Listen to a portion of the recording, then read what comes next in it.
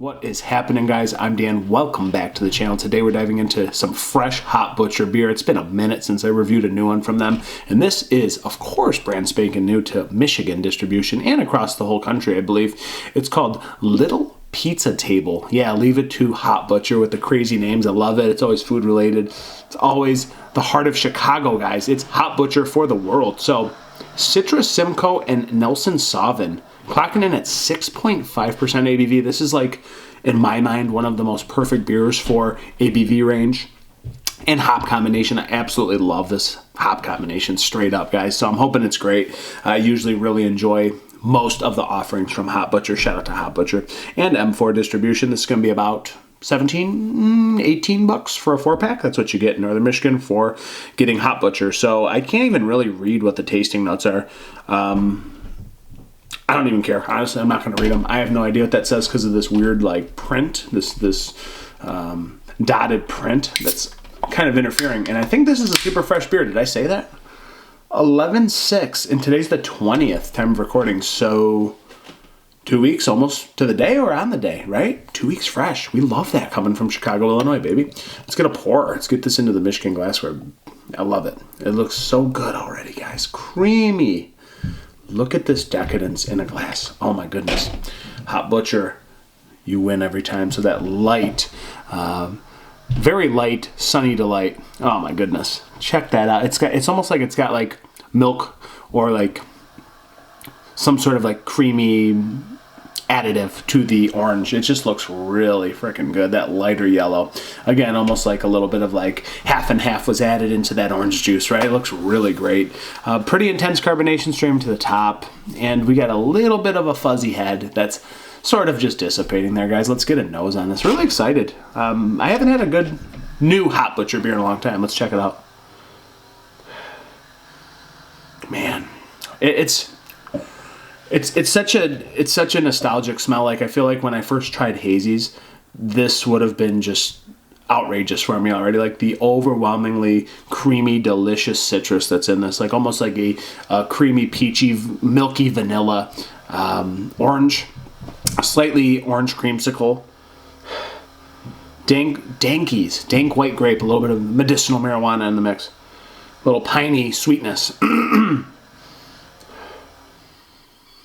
Gosh, it smells so good. Again, more like dank white grape, dank orange creamsicle meets other generic citrus, meets cantaloupe and honeydew and a slightly tropical mix here going on. But really that like white grape dankness and this orange vanilla milky creamsicle is what I'm getting. Yeah, I'm sticking to that, guys. I don't know, off first rip, it's a fair bit of pine, a little bit of mix in the middle that's slightly malty, but, you know, it's citrus goodness. Let's dive in. Yeah, Hop Butcher, yeah. Little Pizza Table. I'm very excited. Cheers.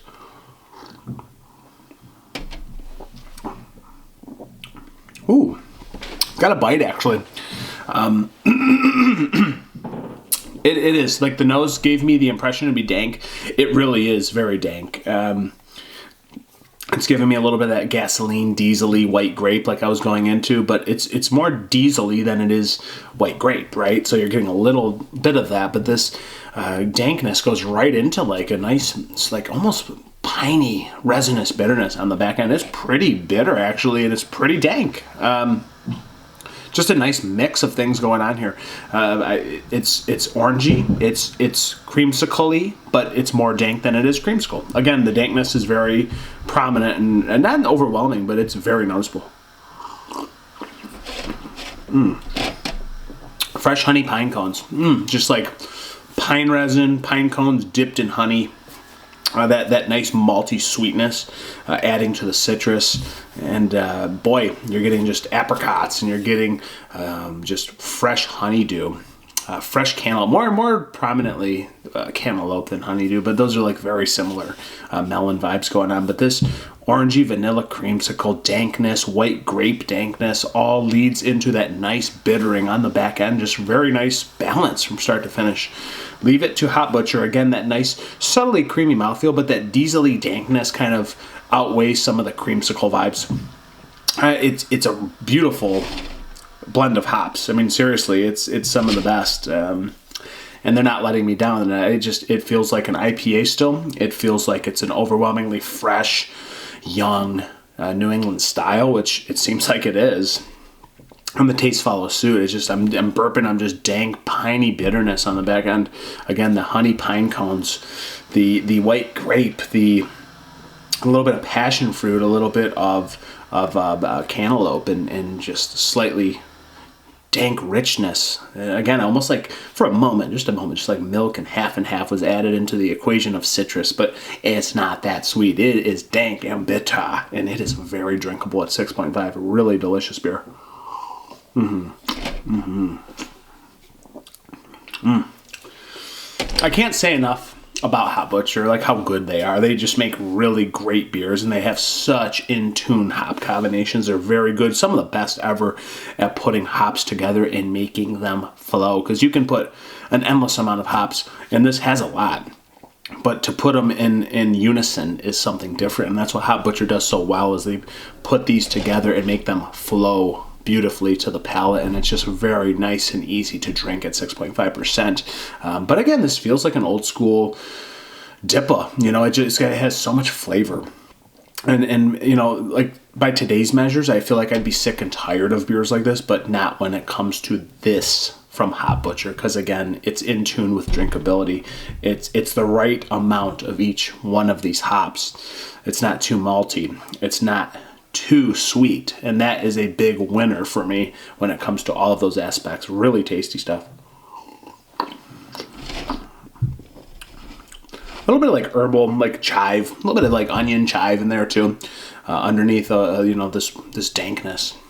Yeah, it's beautiful. Like, I'm gonna sit and enjoy this one. This is like one I just want to sit back and not necessarily crush, but just savor the sips, because it's a breath of fresh air. It's still very hoppy, yet complex, and you can kind of dig through some of the layers of these hops, guys. So it's just some of my favorite hops, and I knew that going into it. Maybe a little biased, potentially. But there's the honest review, and I think I'm going to go with a solid ass 4.39 out of 5. I just really love these hop combinations, and it's still dry and drinkable, man, and that's just a big winner for me. So 4.39 out of 5. It's been the Little Pizza Table. It is what it is, guys. Thank you so much for being here. Till next time. Cheers.